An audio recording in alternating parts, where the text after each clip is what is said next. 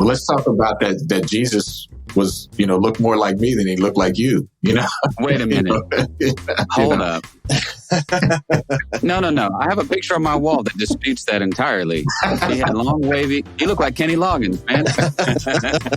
Western Christianity has spent the last 2,000 years telling everyone they're separated from God. This is Not Church with John and Nat Turney. Hey, hello, everybody. Welcome back to another fascinating episode of This Is Not Church. As always, I'm your host, Nat Turney, with my brother John up in the upper left-hand corner, which you can't see, so that makes no sense at all. But hey, John, what's up, man? Say hi. Hello. You've completely thrown me. I know. Well, I have to do that from time to time to keep. I got to keep things interesting. So anyway, now that we have all that silliness aside, again, welcome back to the podcast. We are excited that you're here. We have a great guest with us today. I'm going to take a second to introduce him. I'll read a quick bio, and then I'm going to just let the conversation go the way that the conversation goes, because that's kind of what we do here. So with us today is Will Jawando. He's an attorney, activist, community leader, and councilman from Montgomery County, Maryland. The largest candidate. Oh, I'm sorry. I said the largest candidate. That's a ringing endorsement, Will. The youngest candidate in Maryland's 8th District congressional race. He received a glowing endorsement from the Congressional Black Caucus, described as the progressive leader we need by revered civil rights activist and Congressman John Lewis. Will has worked with House Democratic leader Nancy Pelosi, Senator Sherrod Brown, and President Barack Obama, who picked him as Associate Director of the White House Office of Public Engagement.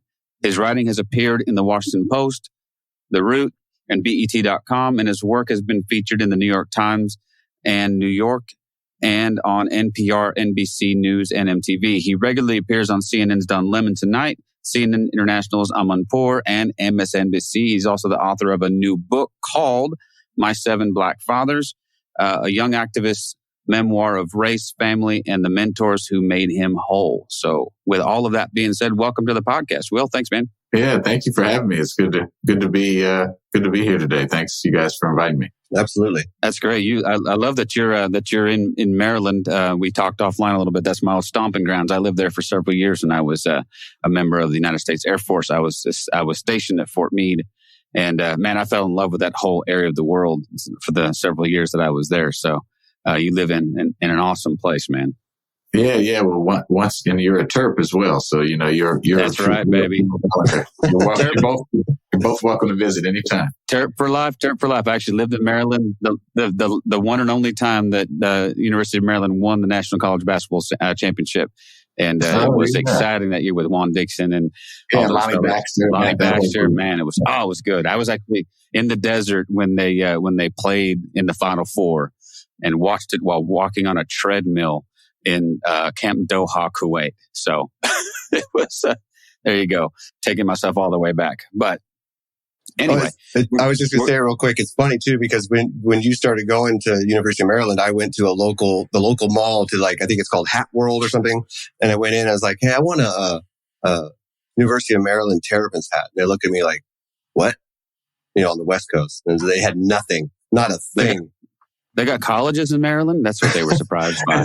But then after you guys won the Final Four, they were all over the place. But then I was like, I don't want to buy one because everyone's thinking I'm doing it just because they won the Final Four. I want it because you were going there. But anyway, I don't know. I was fairly convinced it might be our one and only trip there, so I jumped fully on board. So, but anyway, again, welcome to the show. If you wouldn't mind, just give us a little bit of your background. John and I typically like to ask people about kind of their faith journey, but feel free to tell us whatever you'd like that would help us get to know you better beyond, the written bio I just read. Sure. Yeah. Well, I'll start where we left off. I was born and bred here in Maryland, grew up in Silver Spring, which is right outside of Washington, D.C. I was actually technically born in Washington, D.C. because that's where the hospital was closest when my mom, with her water broke.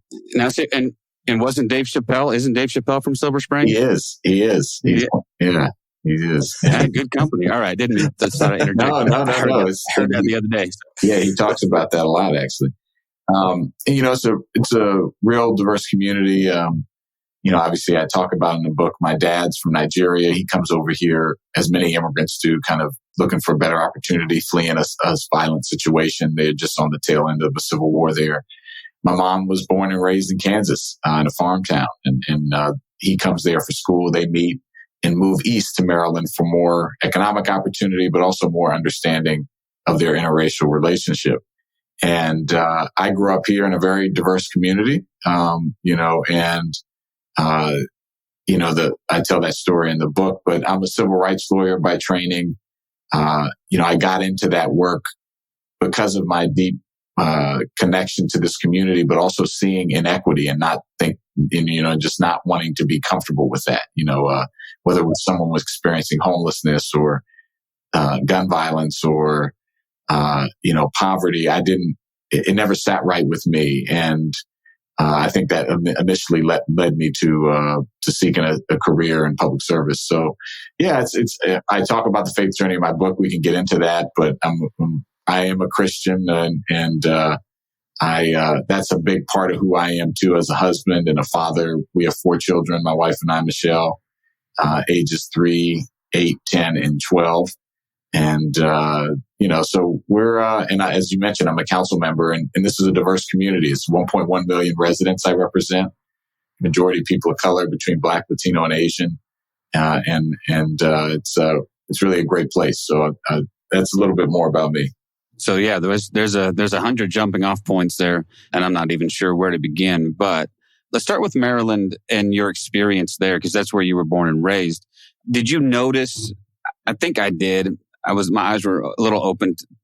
Then the part of the Maryland I lived in, it seemed like my friends who were in interracial relationships felt more pushback in that part of the world than other parts of the world that they'd been stationed or lived in. That took me aback a bit, given the diversity of that state and the sense that Maryland's an East Coast sort of northern state, except it's really not. Yeah. Most people don't realize Maryland's a southern state. Absolutely. It's south of the Mason-Dixon line. It was a member of the Confederacy during the Civil War. So there's a long history there with that state of some racial inequality, right? Yeah. It's interesting that you mentioned that we were in the Union, but it was not by much. There were actually, Gotcha. Okay. There were just as many Marylanders that fought for the Confederacy that fought for the Union. And Gotcha. Actually, it's an interesting story that there was 3 state legislators who had to be dragged back into the Capitol in Annapolis to vote to be in the Union. So it was very tenuous. It was very close. But to your point, this is the state that Harriet Tubman and Frederick Douglass ran away from. Yeah. So this is both proud Marylanders. And yeah, you're right. I mean, whereas Kansas wasn't very hospitable to my parents, they certainly encountered issues here. And then when they split, I really dealt with kind of navigating, being the son, the Black son of a white mother, and I live with my mom, trying to explain that to people, particularly, and I went to school, different types of schools. Some schools were early in life were all white schools mostly, and then some were all Black and brown. And I had different issues at each one, trying to either be accepted or trying to fit in various ways. So yeah, there's definitely that. I used to tell my mom to drop me off when I was in the more Black and brown schools, like 5th and 6th grade. I told her to drop me off down the street so the kids wouldn't make fun of me that I had a white mom. You know what I mean? So it's like a whole, there is some of that. I think that's everywhere, despite the diversity. I guess what I was most taken aback by, I'm a West Coast guy. I was born and raised in the West Coast, and I just sort of always, in my mind anyway, my assumptions were East Coast, West Coast people were a little bit more progressive in that sense. And I was a little bit shocked by some of the overt racism that I witnessed there. And this was in the 90s. So, but I had those same friends who would move on from there to more southern states like Georgia, who said, yeah, actually, not bad compared to there, because Georgia was, at least parts of that were much rougher for them.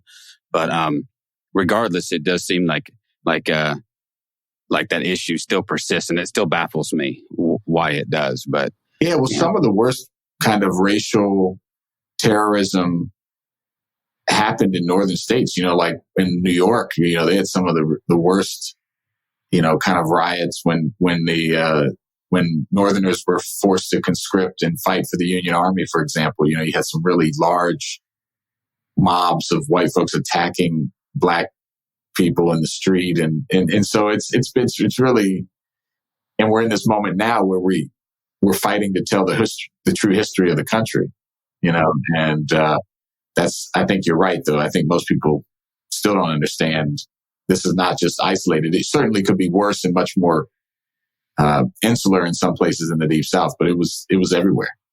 It is everywhere. Yeah, absolutely. Just to try to get into the book a little bit, just talking about, the different mentors that you had along the way. And you're going to have to help me here a minute because it's been a little bit since I read it. So I don't remember. Right. I don't remember the order of who it was. That's all right. But I think the first one was, so your parents split up. Yep. Right. And at some point your mother remarried. Right? Yes. So I think that's the first of the seven, right? Is your stepfather. You got it. And, so what kind of, I don't want to say compare the two father figures in your life, but, in the beginning, but what did your stepfather bring into your life as he kind of stepped in and kind of took over as the father figure in your world, knowing that you have your biological father who's still around, right? I mean, yeah. in the area where but you guys were somewhat estranged, right? Yeah. I describe my biological father, Will Jawando. So he is the last chapter in the book. It's 7 chapters. Right. Yeah. So they're bookends. My stepfather is the first chapter, Joseph Jacob, and my biological father is the last chapter. And I describe my biological dad as a absent presence, in the first part of my life. He's there in the house, but not engaging with me. Like we're not connected. Right. I'm trying to get him to do things with me and hang out with me and spend time. And I don't know at the time, but he's dealing with depression and disappointment, and he's just not able to engage. And in a way, and that's hurtful to me, it's hurtful to my mother. So when they divorced and separated when I'm 6, I'm really starving for attention from male attention, someone who was, father figure who looked like me. And Joseph Jacob, my stepfather, is the first person to really give me that love, care, and attention. And it's really overwhelming at the time. He's interested in how my day went. He's interested in taking me to do things and teaching me how to do things. And it's almost uncomfortable how engaged he is with me at first. And so, but it was needed. And, at a point where, before I got really hardened to, kind of as a defense mechanism. So he was a critical force in that, kind of the first one to step in that void created by the lack of the relationship with my biological father. Yeah. You have the stigma of being, a child of a single parent, and this is in quotes, even though no one can see the quotes, the absent black father, right? Which is like the stigma that seems to, which by the way, there are just as many absent white fathers. I don't know why we don't ever talk about absent white fathers, but there's, I don't know why it always has to be about, the absent black father is a problem for whatever community or for whatever children. But I was raised, obviously in an area where it's predominantly white. And there's a lot of absent white fathers around that are somehow getting a pass on this, which is just ridiculous. But did you give like the normal pushbacks, like the things like, you're not my dad, you can't tell me what to do, and he had to kind of like push through that, right? And try to show you some kind of love, even though you're like, who are you to tell me what to do? Kind of stuff. Absolutely. I mean, I think that's universal, right? Like you have someone, because the things he was trying to give me, I wanted from my dad. I wanted from and so it was navigating like those feelings and emotions of like, I want, you're part of the cause of why we're not together and what's going on. And, there's this one story I tell in the book of, I've been calling him Joseph since I meet him, Joseph, and, him and my mom are together for a while now. And he's like, look, you're going to call me Mr. Jacob, sir, or dad. You're not going to call me Joseph anymore. And I'm livid. I protest. I'm like, well, I'm calling you sir. I'm calling Mr. Jacob, and I do that for a couple of weeks. And then eventually something clicks and I just say, one, it's just, I've been tired of doing that. And it's easier to call him dad. Yeah. So I always joke with him now, so he tricked me into calling him. But also I realized he was fulfilling the role, like he was stepping up and, and here I am calling him dad 30 plus years later. So, but yes, those feelings were definitely there. And because you want to have a relationship with your biological parents. We all want to at our core. What I like about as you go through the 7 mentors that you have in this book, it just seems like each one builds on top of the other. That is what it's creating who you are as a person. So each one of these mentors, and I don't want to go through every single one of them because I want people to buy your book. I want people to read it. But one of the things that I found very interesting was that by the end of this, first of all, the reconciliation with your father, which is an amazing part of the book, is just each one of these steps is another, I don't know what you would call it, another step towards creating the human being that you are. It's why the subtitle, initially when I was naming the book, it was my 7 Black fathers. No, it was the initial title. You workshop this with the publisher. It was my Black fathers, the 7 men who made me whole. But we changed it and added the 7 into the first part and then, but still kept the wholeness. And I think what you're talking about is I needed everything that each of them gave me, on my, and I think we're all on a journey to being whole. It's not a destination. And they all gave me very important skills and love and care, but also the capacity, as you mentioned, to forgive. And it was a scaffolding in that way, kind of like building on each other. Yeah. There's a great deal of maturity that comes in when you begin to realize that your parents are just people, as much as we try to elevate and almost divinize them. And you can hear the train in the background, right, John? Yeah, I can hear the train.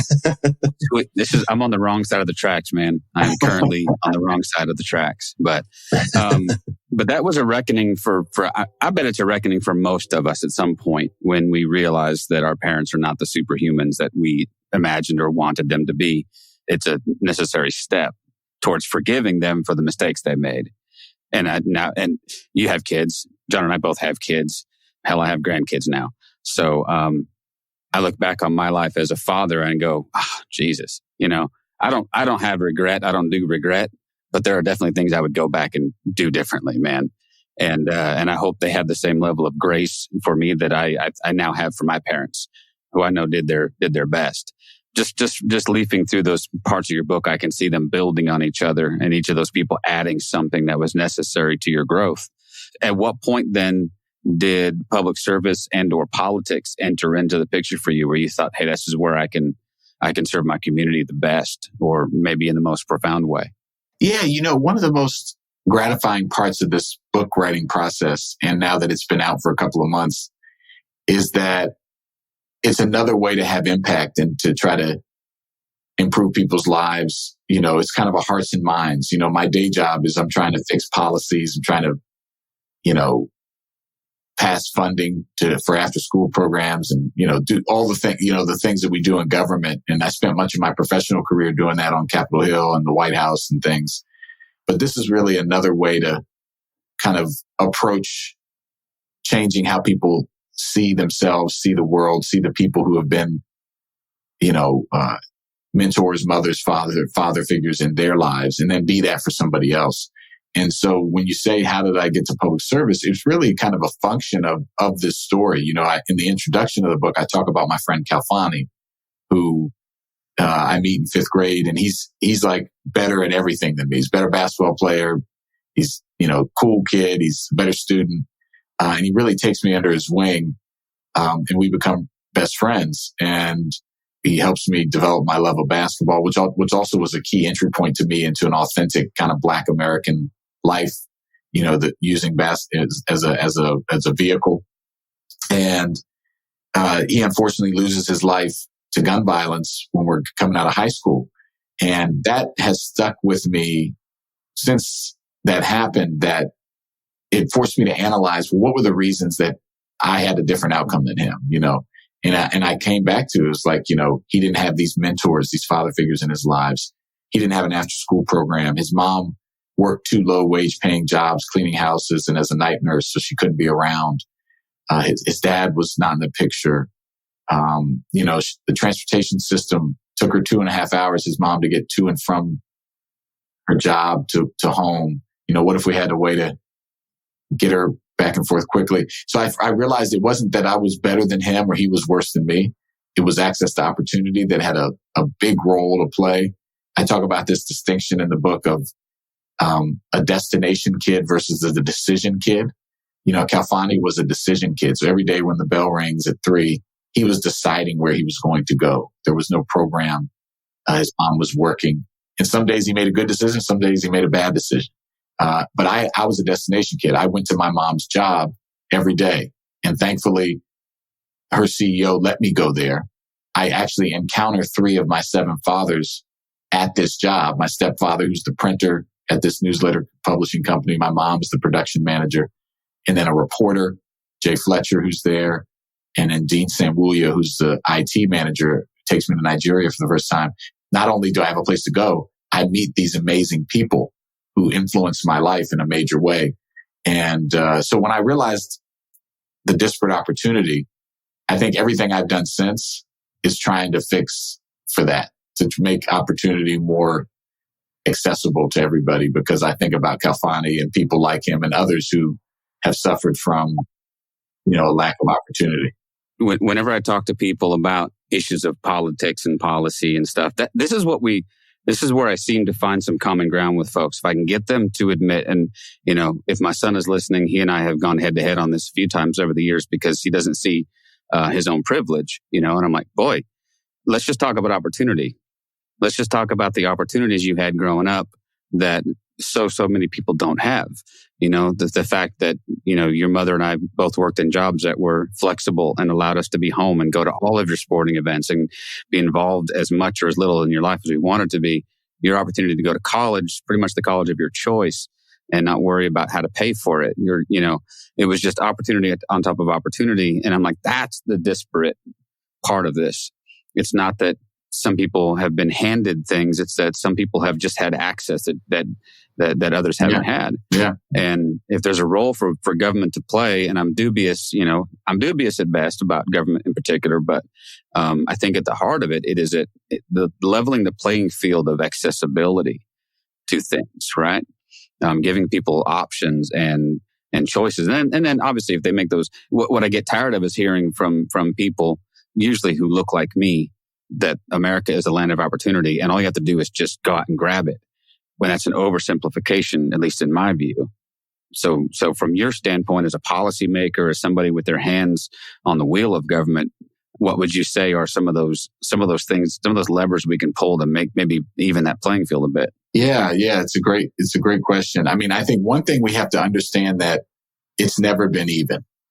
Right. And in fact, it was the opposite of even. It was the entire system was designed to advantage some and disadvantage others, because if you take, for example, chattel slavery, it was an economic system that built the nation's wealth on the back of enslaved labor.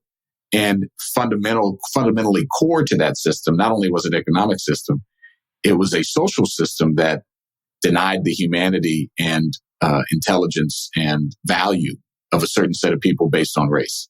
And there's other groups that's happened to, women and other people of color and LGBTQ. There's other things people have been put in that category, but so fundamental to who we are as Americans is that system. And, you don't build our great wealth and our great nation without those two things being present, the dehumanization and the disadvantage. And they're still baked into the pie that is America.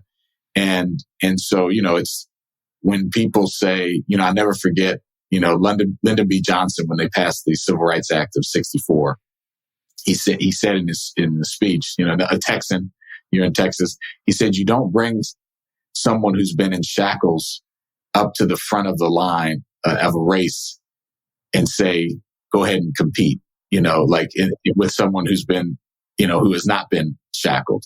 And I think that, so fundamental to the first step, I think, is acknowledging what has happened we're in a battle right now to whether it's okay to acknowledge how we got where we are. And because if you don't have context, you're not going to be able to talk about, well, what do we do now? And like, how do we make opportunity more accessible?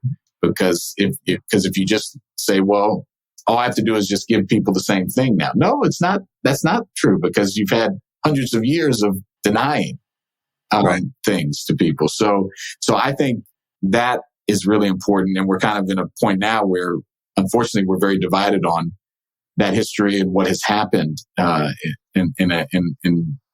don't want to talk about people are banning books, and we've got a lot of stuff going on that I think gets to the core of that.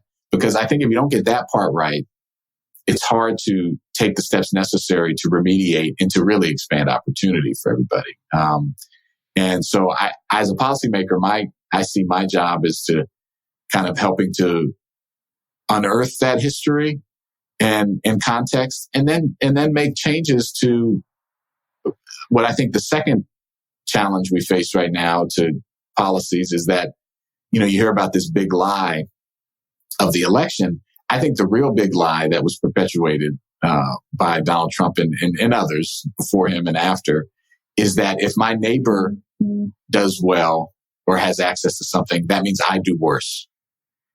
And I think, which is, it's like this kind of singular mentality that I got to get mine and no one else can have it. And if someone else gets something, then I'm going to be doing worse. And that's not the case. I think we all do better when we all do better. And so I think we're fighting those two things. And whether it's after school programs or education funding or housing support or supporting our veterans, go down the list. If we don't get those two things, those two fundamental things right, you're going to have disagreements about how to help people. I was watching a video, transgender activist kept saying it. The whole title of her video that day was it's not a pie, it's not a pie. And the whole thing was like, listen, this is not a pie that we're divvying up. And when I get more, you get less. And when you afford me the same rights and opportunities as somebody else, somehow I'm detracting or taking away from somebody else. But this is the mentality so often of Americans in general, I think, where we've swung the pendulum so far to an individualistic approach to everything that we've lost sight of how to share that opportunity and not feel like we're losing something. I hear this a lot of times from people who are self-described white nationalists, as they feel their influence waning as others are gaining they're like, they're so scared that they're going to find themselves in the minority at some point. I'm like, yeah, why? Are minorities treated differently? This has become my new favorite line. Are you suggesting that in this country, if you're a minority, you won't have the same opportunity? That's why you're so scared of becoming one. Right. But it's very telling that that's the reaction is this fearful and territorial clinging to what I have rather than share and try to. And I don't know. It may be the fact that I don't live in Europe, so I can see it from afar, but it seems like the European approach to this has been a little bit more collective in nature, which is why we see some successful socialist democratic countries like Denmark and Finland, and who tend to see things in more communal ways. But even there, they're challenging. It's funny. I was just in Norway maybe a month or so ago. My wife was giving a presentation, so I tagged along. They have more homogeneous kind of communities, right, where everyone looks the same, very much background. So. And in the other parts of Europe that are more diverse, you have this kind of really anti-immigrant, sentiment there that's arising in some parts of the community. But so I don't think they're immune in any way. But I agree. No. I think we have a particular virulent strain of this individualism. And to your point of someone who says, well, they're taking over, like, I think they worry about the inverse will be true, that now the people will be dominating you and making you do things and taking opportunity away. But that's not not the goal here, Right. Well, then you have to, but if you hold that position, you have to admit then, at least on some level, that's what you have done. Yeah. That's right. Because we're just afraid that when y'all take over, you're going to do to us what we did to you. And which means you have to acknowledge that there was wrong done. It shocked me too. I did spend some time overseas, and I was shocked to find in Germany and Spain, in both those countries I spent some time, the anti-immigrant sentiment there is strong. especially in the coastal part of Spain where there's a lot of immigration from Morocco. And then in Germany, at least in the late 90s, early 2000s, when I was there was a very strong resentment towards the Turkish community who had immigrated quite heavily and then were refusing, in their words, to assimilate to German culture. And I've seen this in England as well. I mean, England has tendencies towards very anti-immigrant, Yeah. So it definitely is not.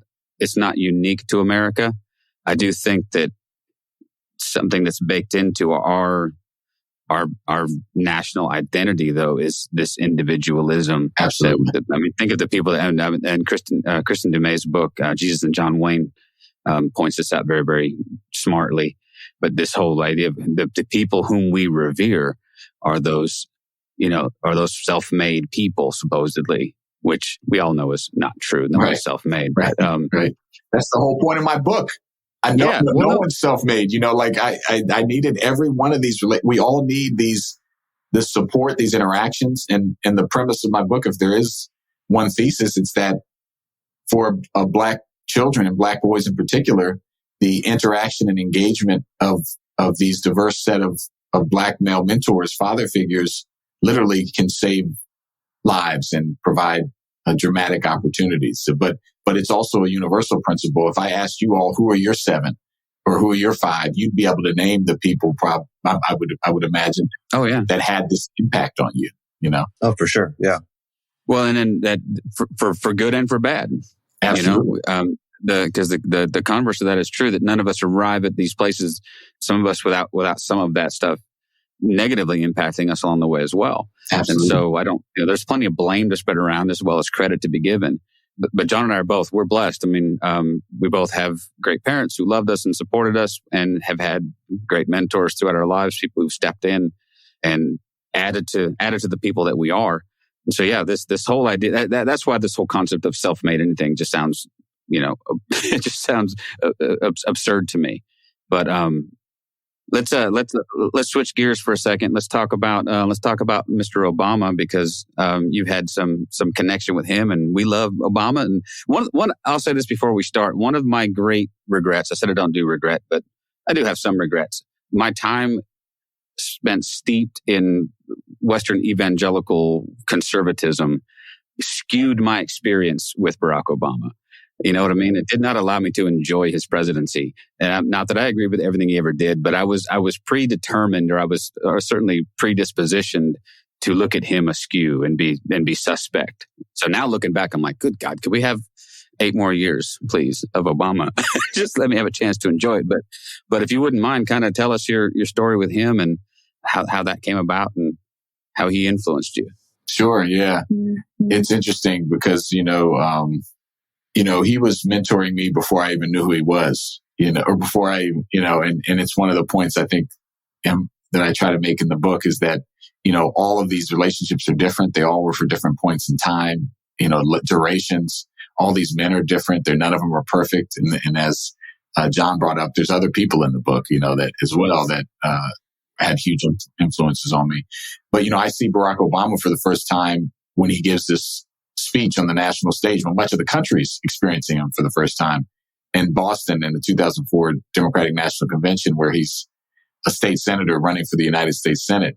And I watched that famous speech where he said, he says, there's not a red America, there's not a blue America, there's the United States of America. And he also says something that pierces me in a very particular way. He says, we need to eradicate the slander that a Black youth with a book is acting white. I had never heard anyone say that, but it was one of those things where it rang so true to me in so many ways, and so many African Americans feel that way, that education and proper diction and speech is associated with whiteness. It's one of the many lies that we're told, and hearing him address that on that stage. So I was just like, I got to work for this guy, man. I got to find out more. So I got his book, Dreams from My Father. I read it in a couple of days. And then obviously realized all the similarities, African dad who wasn't around, didn't have much of a connection to, white mom from Kansas. My fiance at the time was named Michelle. She was in law school. So I was like, not only does he, is he awesome? We've got like a similar background. And, I was working for Nancy Pelosi as an intern at the time. I was in law school. And, I talk about this in the book. And when he got sworn in as a senator, I started going across to the Capitol, to the House, from the House to the Senate side, and just taking my resume to the office and be like, hey, I'm Will Jawando. I'd love to work here. And he was very popular even when he got in the Senate. You could still, everyone at the front desk was like, okay, thanks for coming. Good, nice to see you. See you later. And, I kept doing it. I did it once a week for about 6 months. I came by.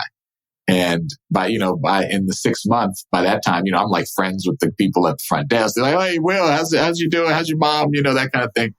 And, someone finally takes note. One of my other really close friends and mentors, Michael Straumanis, who's in the book, who's actually the general counsel for Barack Obama at the time and a childhood friend of Michelle Obama's in Chicago, who actually says, who's this guy that keeps coming by? And they're like, oh, it's Will. He works for Pelosi, wants a job. And so he meets with me. And then a couple months later, I get a job. It's one of the stories I tell young people of like determination, keep at something, don't give up. But the first staff meeting when I'm hired, he introduces, this is when he was in the Senate. So it was a smaller group of people and we're all in his office inside the Senate office in the Hart Senate building. And he says, we've got some new staffers. He said, we've got Will Jawando, whose dad's from Africa. His mom's white from Kansas and his fiance's named Michelle. I think he's my brother or something, so everyone starts laughing. And so that was kind of I'm blushing. That was kind of my first real interaction with him. And I would work for him in the Senate, then on the campaign in the White House, Department of Education, and play basketball with him. And he's really key to my development as a husband and a father. I get married when he's in the Senate. I have 2 of our 4 children, my wife and I, while I'm working in the White House. I actually end up spending my first Father's Day with him playing cards and basketball at the White House. I described that in the book. And so, he mentors me in various ways. One, from the television before I know who he is. And cause you can get mentored and fathered or mothered by examples from people, and cause not everyone's going to have access to everybody. Right. But then he takes it further when we develop a more intimate relationship later on in the course of working for him. So it's also just the last thing I'll say, it shows that you need these relationships your whole life. I meet my stepfather or my 4th grade math teacher when I'm 6 years old and then 9 years old. I meet Obama in my mid-20s, but I needed everything in all those relationships. Well, I want to step back, and you're going to have to remind me of the name. The person that worked with your mom that ended up taking you to Nigeria. Yeah, Dean Samwuya. Yeah. So, what I found interesting of that is it steps in and gives you a worldview, right? It gives you a much broader view of how the world works, specifically within his job of what he was doing there, which I think it's funny how you say, I'm not sure it's all on the up and up, but we're just going to go with what he's doing here. But one of the things I found interesting, and it's going to be a weird connection, but I've been watching the Disney series Miss Marvel. Oh, okay. There's a scene where she goes back to, I don't remember if it was India or Pakistan. I can't remember where they go back to. And there's this moment where she gets off the plane or wherever they are, and she's entering into this country that she hasn't been to. And there's this huge smile on her face. And I took it as a moment where she was in a place where everyone looked like her. She left a place where nobody really looked like her. And she stepped into a place where everybody looked like her, where she was no longer the one that was stared at for being different, because she was just part of that. And so I was wondering if there's any kind of similarity, being that your father's Nigerian and you hadn't been there, and then you step off the plane or whatever, that you walk in and you walk into this area and you realize that you're one of many now Nigerians, and what kind of feeling or what kind of worldview that helped you create. Yeah. No, that was a powerful moment, when I get off the plane, because growing up in the U.S., to our conversation earlier, you get all the baggage that is our country, the racism, the history of slavery and all that. And while there are certainly reminders like slave ports and things particularly in the coastal West African nations, everyone there for the most part is Black. And there's no, you don't feel that same kind of tension or pressure around race in that way. And it is a kind of a relieving feeling. I actually saw it more acutely a couple years later when I take the trip back with my dad and I see him be kind of almost exhale. It's like he'd been holding his breath for 30 years and he gets back and he's jovial. He's having fun. He's relaxed. But he's also experiencing emotions of, having not been back for a long time. But yeah, I certainly felt that. And, when I arrived there, and it was also a deeply personal connection because, as you know, from reading the book, half of my heritage is that country and that part of the world. And I didn't really have a connection to it. That was one of the things. I didn't only lose the connection with my dad of not having a relationship with him. I also lost a part of my connection to my culture and my heritage. And I was yearning for that as well. And coming back and meeting family that I've never met and cousins and learning more about the culture, that was also very gratifying and something that was kind of a hole that was missing. You talked about history and how we kind of, we have definitely whitewashed history in this country. And that brings up one of the hot topics that seems to be everywhere now. And that's this idea of critical race theory, right? That in some way, this is something that wants to subvert our education, subvert our children. And in actuality, what it's asking is just to tell the real history, to tell the true history. Nat and I can both say that some of the history of Black people in this country, I had no idea of until just the last couple of years, where I've decided to be intentional and go outside of the norm, right, of what we hear. And one of the things that we've always grown up hearing is, they don't want to make slavery sound bad, whatever the hell that's supposed to mean, right? So they give you this the masters treated them fairly. What were they going to do if they didn't have the masters? They really couldn't take care of themselves.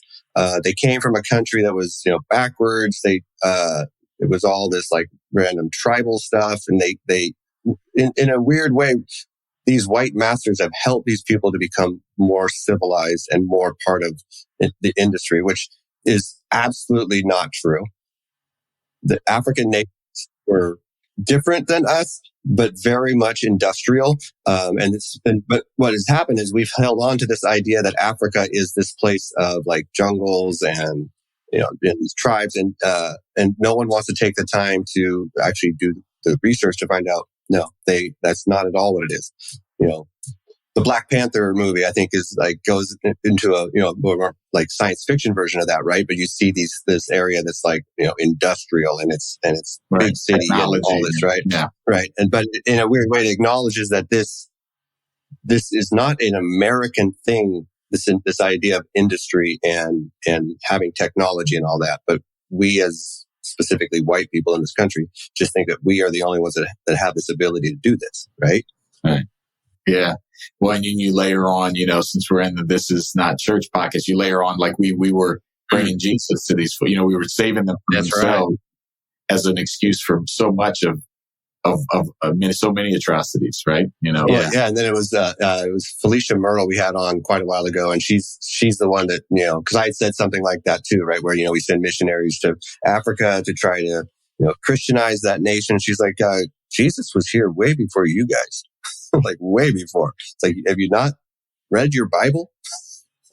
There was a Jesus movement way before white people decided to show up in Africa. Yeah. Well, you have some of the oldest Christian churches in the world in Ethiopia and other places, That's right. Yeah, that Ethiopian Orthodox Church is one of the oldest and continuously operating churches. So that's a bit of whitewashed history too, then, isn't it? We don't even understand that our own faith has its roots in Africa. Right. Let's talk about that Jesus was, looked more like me than he looked like you, Wait a minute. Hold up. No. I have a picture on my wall that disputes that entirely. He had long, wavy. He looked like Kenny Loggins, man. I was at my friend's house for dinner, and I haven't been invited back for dinner, by the way, John. So I don't know if this has anything to do with it, but they had this picture of Jesus on the wall that we've all seen a billion times. And I was like, man, I love that guy. His songs in Top Gun were great. And they did not find that amusing. I'm like, that looks just like Kenny Loggins. I'm like, how? And oddly enough, again, have not been invited back for dinner. But yeah, that's a whole another conversation about whitewashing everything. We've talked about this with the many people that we've had on the program who write from your perspective, who talk about this idea of normalizing whiteness. And right. Even as white and then talking to white folks and letting them know that whiteness is a construct itself. Absolutely. There was no notion of whiteness, 200 years ago. This sort of homogenous idea of a white race was silliness. We all had our own ethnic backgrounds and things. And what she called us, who was it that we talked to, John? Lisa Sharon Harper, maybe, was the one who was like, listen, you need to reckon white folks with what's been stolen from you. Because Absolutely. Your ethnic identities have been stolen from you and replaced with this construct, which has turned you into a voting block and a partisan, piece of a puzzle. And you've lost all of the uniqueness that was your ethnic heritage. And I'm like, you know what? Yeah, you might be the first person who articulated that way for me. So much the same way that we have tried very much to categorize everybody in one block as black or brown, and this whole block over here is all white. It's all just human construct. I mean, it's silliness to me. But the idea then that the Jesus story then predates all of this, right? And that, Christians in their zeal, I guess, over the centuries have weaponized their version of Jesus to do things that are antichrist, to subjugate and marginalize and minimize people and dehumanize them, to never mind what we have done and to the Native American population here. Oh, absolutely. Yeah. But to what extent then, when we talk about Africa and the idea that so many of us have, because most of us have never been, that this is, a continent that is dark, right? We call it the dark continent. Right. But how much of the turmoil in Africa is the direct result of colonization? I mean, meddling in and stripping resources, right? Well, it's hard to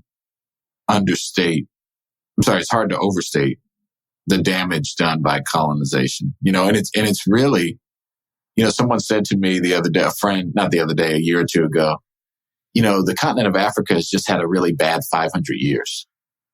If you look at the length of human history, to your point, John, earlier, you had some of the earliest technological innovations in the world happening on the continent of Africa, whether it be in Northern Africa with the pyramids and the Egyptians and the aqueducts and all the things that were created, other technologies and things. And just like in, much earlier than Europe.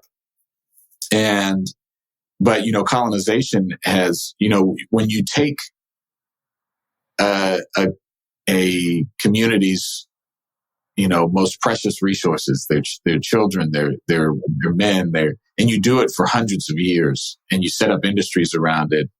And then you kind of, for lack of a better term, you castrate or disconnect the ability for self-governance and for mature natural growth of the community. And you do that for hundreds of years. It's hard to overstate the chaos that creates. Then you draw arbitrary lines, right? I always talk about the Berlin Conference, at the end of the world wars, where Africa is literally just cut up and given to different countries. Like the lines are just drawn without any care or concern to tribal relationships or to the types of peoples, like just take Nigeria, right? Like Nigeria is drawn and it was an English, given to Britain, an English colony.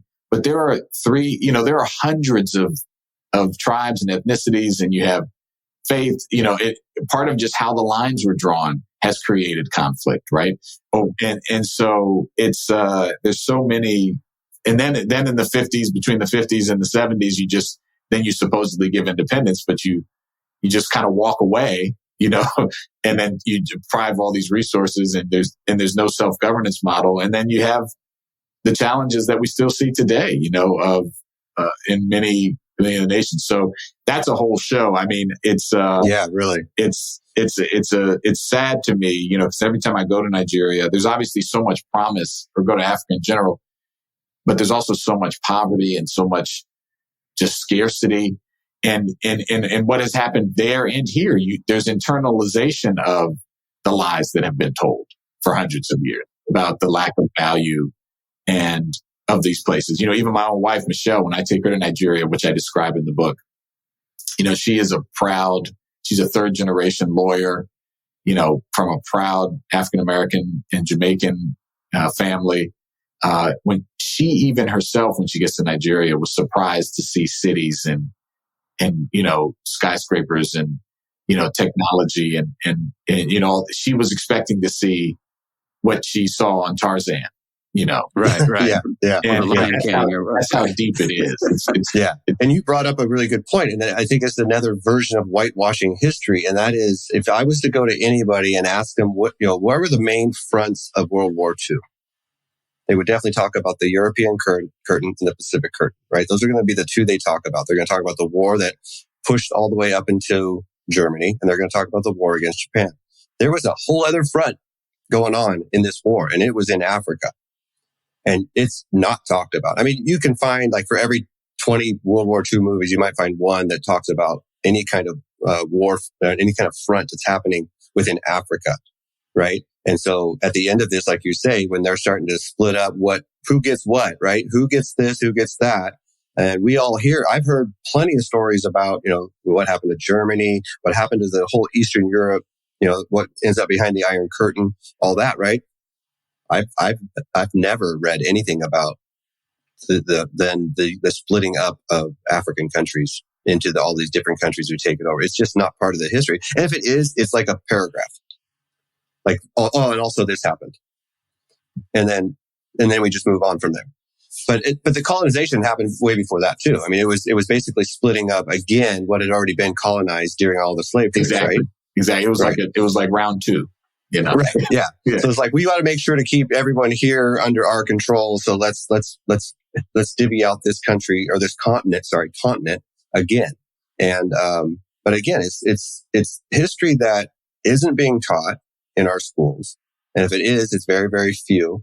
And so something like critical race theory comes up, and it gets shut down. So, well, and the thing about critical race theory, John, is that that's actually taught in law school. We're not even telling the truth about what critical race theory is. It's a law school course. Yes. It has nothing to do. It's in no elementary or middle or high schools in the nation. Yeah. It's but it's used as a proxy for, Right. It's the same as we've scared our country into that, in your child in third grade is going to be indoctrinated into what the LGBTQ community is teaching them, and it's not that, right? It's being open and allowing a student to converse with a mentor, like a teacher, and be honest about who they are. And we're taking away that, in both situations, by labeling what they're being taught within these grades as critical race theory, which it isn't. It's basically just, hey, is there a chance of, like, equal opportunity here? You talk about real history, not just the version. I mean, we can do this with Native Americans too, right?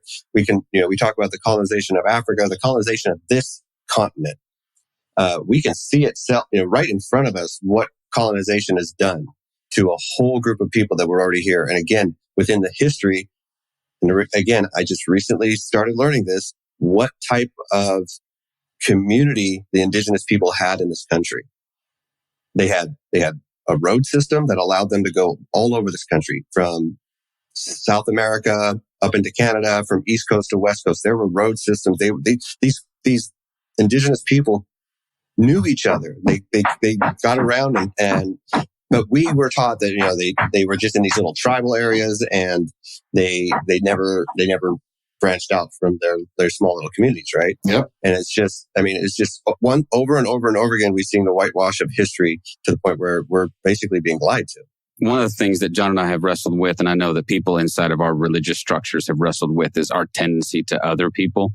Yeah. And that's one of those things that I think a degree of self-awareness helps us to say, okay, I can no longer view people like that. That's just a habit that we've gotten into.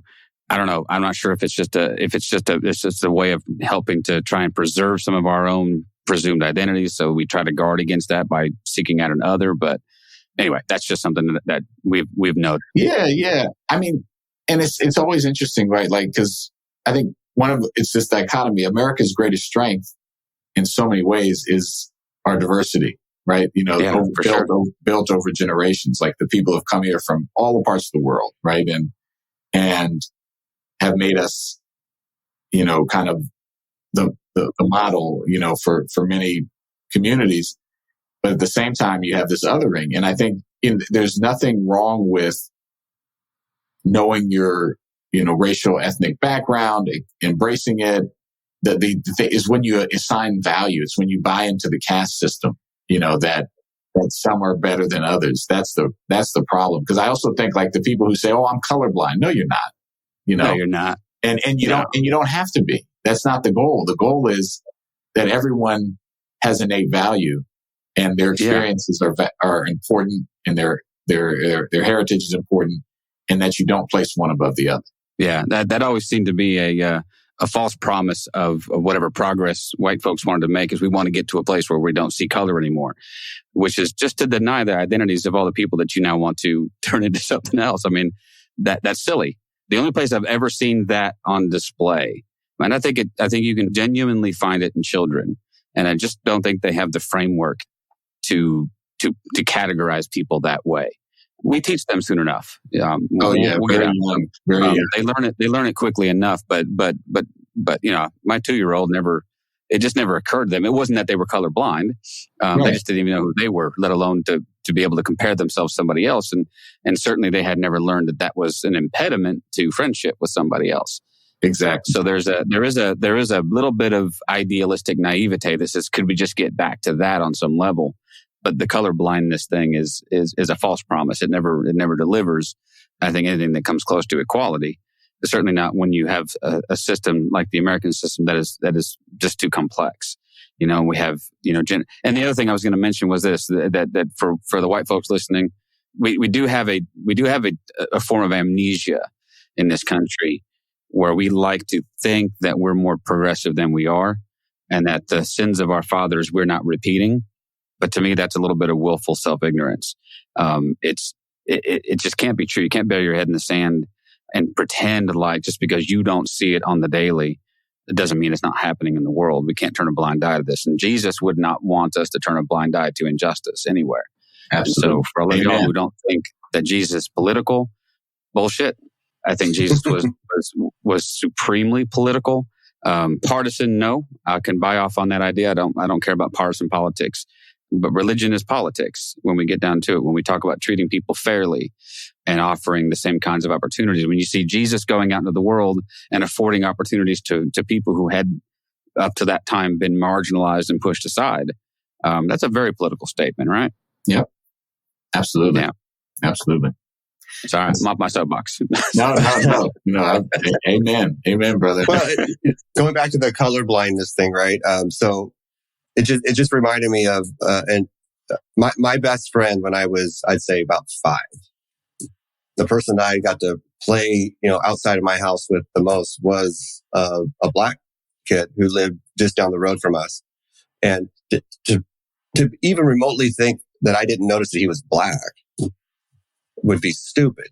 But at a 5-year-old level, I just didn't care. I just knew that he had a big wheel and I had a big wheel, and I wanted to go ride our big wheels down the road and see who could turn and slide the farthest, right? So it was just I just want to have fun. But here's the thing, though. By the time I'm in, you didn't assign value to it, right? But here's the problem. By the time I'm in like junior high, the value had been assigned to me, and it was like, okay, I got to reach out to more. I have to hang out with white people because that's who understands me.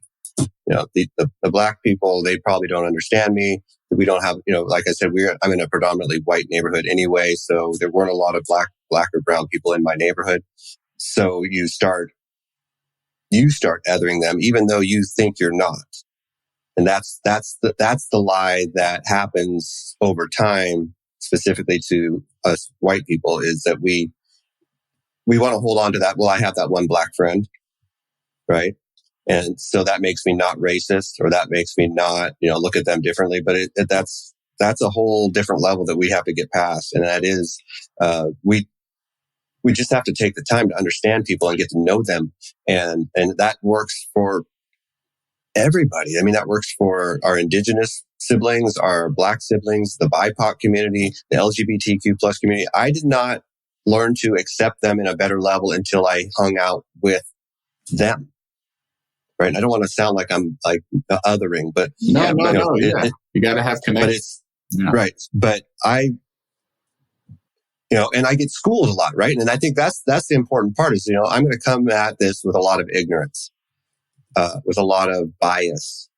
And I inadvertently say something that's like, okay, we use the word microaggression a lot, right? These microaggressions that have been so ingrained into us that we don't even sometimes realize we're doing them. And it takes someone willing to step up and go, hey, that's really not okay, what you just said there. But it also takes a level of maturity for us to go, okay, oh crap, yeah. Okay, I didn't even see that. I didn't even notice that. That's something that was so ingrained in me, I didn't even know. So there's a lot of work to do. And I'm hoping there are more people out there willing to do the work, people like you, who are willing to stand up against some of this stuff. I mean, it's got to be hard, in the political world right now, to be anyone who's going to speak out against what this country is going through. All you got to do is look on my Twitter feed. You see how hard it is, Yeah. Well, I just saw one of your Twitter feeds because I was trying to check out some stuff a little bit more about you before we started. And one of them was, at a library? Yeah, just this weekend. Yeah. Was that this weekend? Yeah. There was a drag queen story time.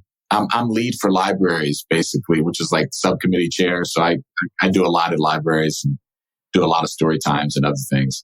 And so I went to introduce, and you have these protesters that are there trying to say, stop taking your kids. And so, yeah. And then I got attacked ferociously online, but I also got a lot of support too, which is nice. So. Well, isn't it nice how people are so easy to attack people online where they can be somewhat anonymous? Anonymous. Yeah. They'll say stuff to you on Twitter they'd never say to your face, probably. Oh, absolutely.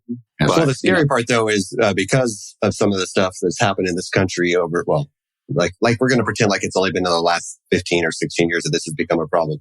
But it seems like with a certain former president, that a certain level of people have been emboldened to once again step out of the shadows because they were never gone. Exactly. They were just hiding.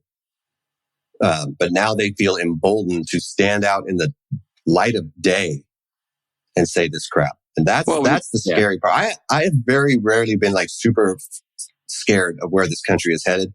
And I am, but you've got members of Congress with 3 names who are going to rallies hosted by openly white nationalist people, and then they claim they don't know who they are. Marjorie Taylor Greene. I mean, you must think we're either dumb or blind or both, or you're hoping. But that's the part I think you hit the nail on the head, John. Is that Trump gave people permission to come out of the shadows and say out loud what they'd been saying behind closed doors for a long time. I can't remember a time in our history, except if you go back to the Jim Crow days and you go back to, the civil rights days when we were desegregating, but where people could be openly white nationalist and not have massive repercussions. It makes me a little nervous. So all the more reason why, when you run for Congress, because of course you're going to run for Congress. If I can move to Maryland and vote, I'll vote. But I appreciate that. We need guys like you in the public eye who are willing to face down those dragons. Not that I'm calling Marjorie Taylor Greene a dragon. No, I appreciate that, but I am. No, just kidding. We got work to do, and we do. And these conversations like these keep me hopeful. because it's really just about having dialogue and recognizing the inherent value in all of us, and that we're just trying to take care of our families and have a good life. And we can do that if we sort through all this crap, Absolutely. You're 100% right. I'm gonna take this moment to remind people to go out and buy the book, My 7 Black Fathers by Will Jawando. You will not be disappointed. If you're somebody like John and I who've had a bit of an insular life up to this point, it helps to read outside of your comfort zone. Sometimes it helps to be intentional about that and say, listen, I need to hear the perspectives of people who have had different experiences than I have. It helps to round things out and help you to see things from a different point of view. So that's really, at the end of the day, the whole reason this podcast exists is to give a little bit of a platform to folks who we might not otherwise be familiar with. So, My 7 Black Fathers, Will Jawando. Buy it wherever you buy books. If you can buy books locally, man. But if you're like John and I and we live in book wastelands, then we have to buy them from certain unnamed online purveyors. So I don't. Not that they need any more of our money, but you could have it delivered by drone tomorrow if you live in a major city. So, just have it dropped on your front door. So you get stuff to do. So we're going to turn you loose. Again, check out all of his stuff online. Make sure and buy his book. Support Will Jawando's work. And when he runs for Congress, if you live in Maryland, y'all go vote for him and just turn out in droves. But when is your actual? So you won your primary. Yeah. So November's the election. I'm running for re-election to my county council. Okay. And then, we'll see what the future holds. But I know I can count on at least one supporter. Absolutely. If I have to move back to Maryland to do it, I'm not sure. Do you have to live in the state to vote for Congress? Yeah, I think you probably do. I'm pretty sure you do. Yeah, I'm pretty sure you do. Well, you can just tell some of your old friends that still live here. Yeah, I'm like, yo, send me a mail-in ballot. No, I'm kidding. That was a joke. Don't do that. That's election fraud. I would never. But all right, we appreciate your time, sir. Thank you so much. Yeah. Say hi to Barack for us and get him on the podcast. We'd love to talk to him. I'll work on that. Thanks, guys. You have a good one. All right. Thank you for listening to This Is Not Church. Be sure to rate and review the podcast on your platform of choice. If you would like to partner with us, visit patreon.com/thisisnotchurch, where you will receive exclusive content such as early access to episodes, videos of upcoming episodes, and live Q&A sessions. Be sure to check out our Facebook group or follow us on Twitter and Instagram. All the links are in the show notes. We'll be back soon with another episode.